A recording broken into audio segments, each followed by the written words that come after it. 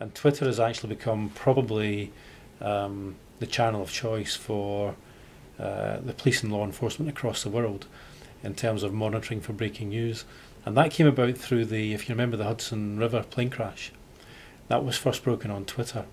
And police forces across the world suddenly thought that was, if you like, the tipping point where law enforcement and policing really got serious about Twitter and saw it as not just something that was kind of a bit geeky, but this was actually a kind of game changer, you know, and we really need to kind of, you know, take this seriously.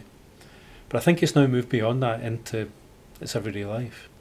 There are now something like 5 billion smartphones out there. Implications, and that's going to grow more and more. We'll probably touch on it later, but some work that we did with Google recently.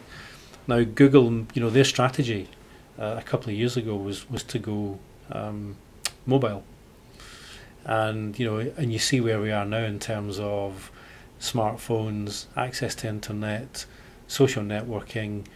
Everything you need now is at your fingertips. You know, I come to London here, I come today with 2 smartphones, you know, one my own, one for work, but actually it's good because the batteries aren't very good and you always run out. But you know, that's kind of, and I am not a technical person, but I'm now so, well, not to forget my BlackBerry and my briefcase. So that, you know, there's somebody like me who doesn't come from a background of, you know, being technical, but actually now relies on the technology at my fingertips to kind of keep in touch, tweet what I'm doing, which I think is, you know, it's kind of my role now.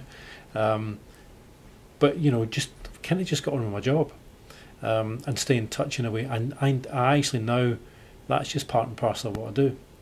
So we've moved beyond digital being something separate, and what we now talk about is convergence.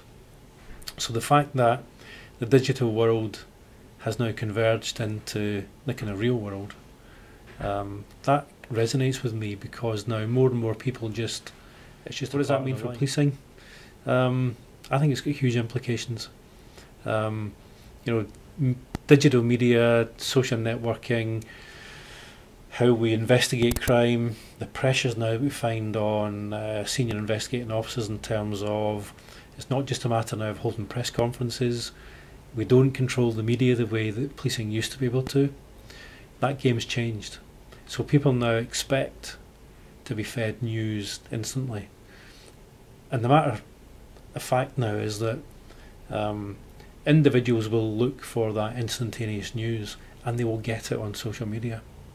So if we come along and tell them the same thing 2 hours later at a press conference, the kind of legitimacy and the value that we traditionally would add in the media role, you know, because with the police we've got a reputation, we've got a brand, what we say in terms of the investigation and information right about the circumstances can be trusted.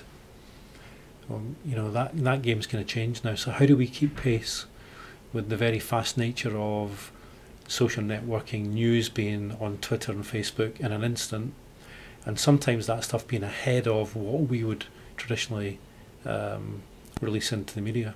So how do we respond to that and remain relevant